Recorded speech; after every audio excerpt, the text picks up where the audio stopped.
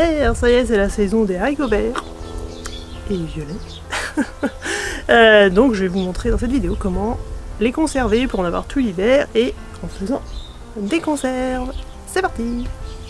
Alors du coup, on va commencer par cueillir les haricots, forcément, ça je vous le filme pas, hein, vous savez, équeuter, voilà, préparez comme vous voulez. Et ensuite, là du coup, la première étape, c'est de les faire blanchir.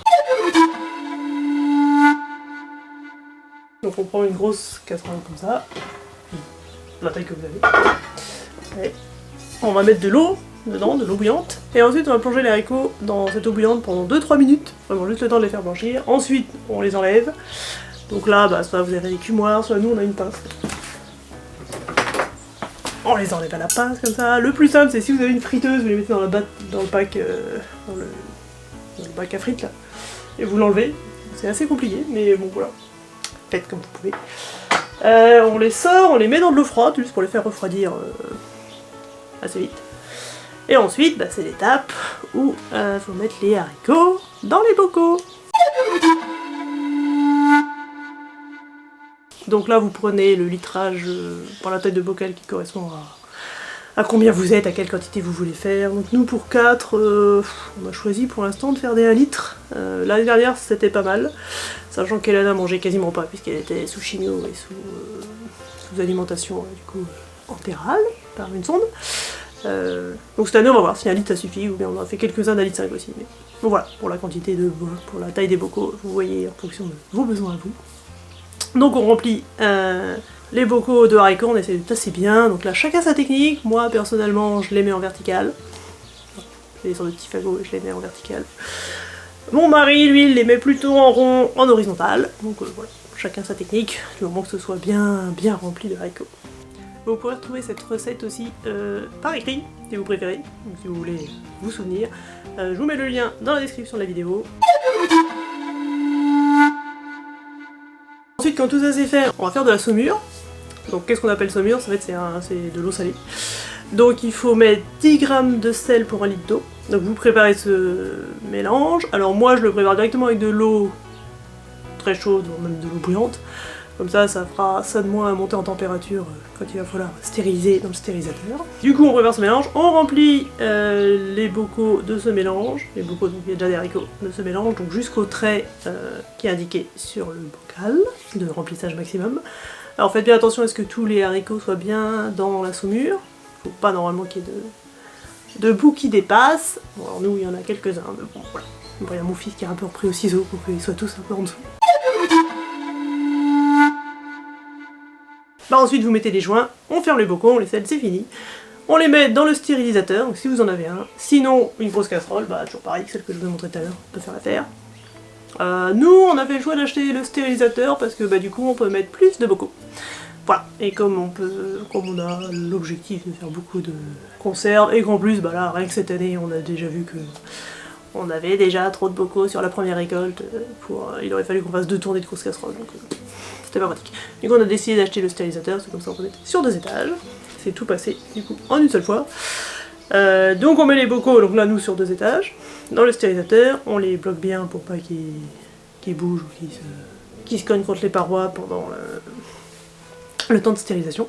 Ensuite on remplit le stérilisateur d'eau.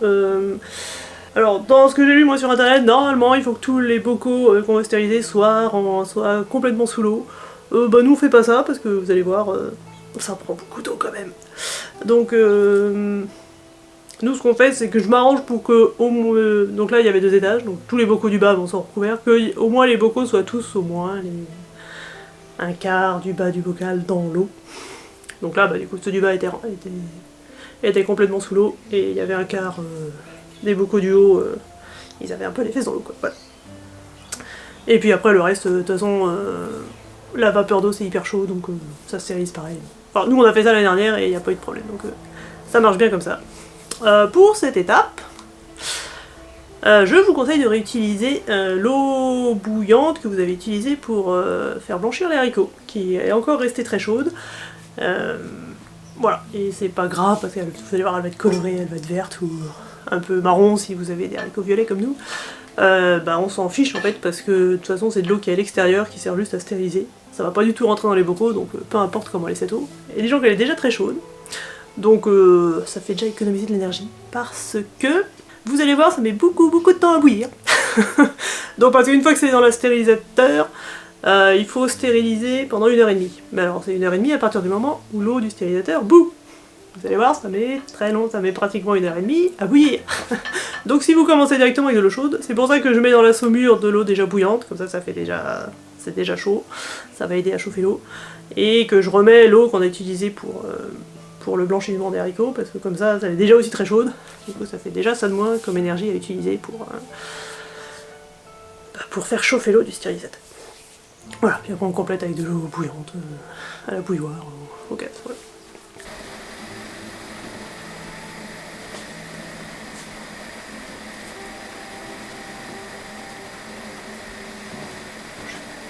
Et du coup, au bout d'1h30, bah, vous arrêtez le feu. Et puis, alors nous, on laisse les bocaux refroidir entre guillemets, dans le stérilisateur. Enfin, on laisse tout refroidir et on les a sortis du coup que le lendemain matin. Voilà, sachant que le lendemain matin, c'était encore chaud. Donc voilà. Je sais pas ce que ça changerait de les sortir tout de suite ou pas. Moi personnellement, j'ai un peu peur du choc de température, donc ça ne nous dérange pas de les laisser attendre. C'est ça, on a fait ça l'après-midi. Puis laisser attendre toute la nuit dans le... et de descendre tranquillement en température. On avait fait ça l'année dernière et bon, ça change...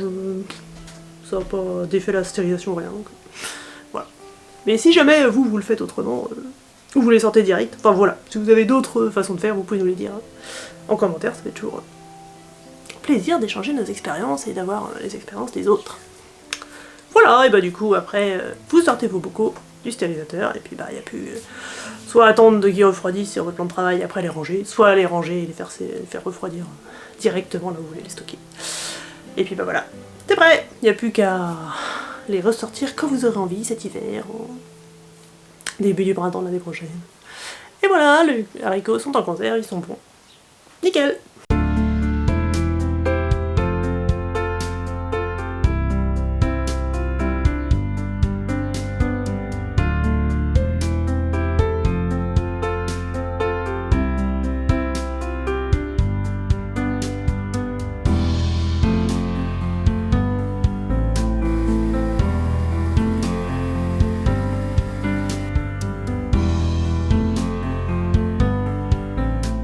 Et ça c'est le bonne occasion aussi les conserves de remettre les haricots qui sont un peu vieux, un peu, vous savez, un peu gros, qui commencent à être fibreux, là on commence à avoir les graines à l'intérieur, qu'on peut plus trop manger frais. Ceux-là dans les conserves ça va passer nickel, ils vont être bien tendres et tout, donc moi tous les un peu vieux haricots, je les mets en conserve comme ça, je pense on peut les manger quand même, donc c'est cool. Voilà, du coup si cette vidéo vous a plu, n'hésitez pas à vous abonner à la chaîne pour d'autres vidéos, vous pouvez retrouver aussi ma vidéo de limonade de sureau juste ici.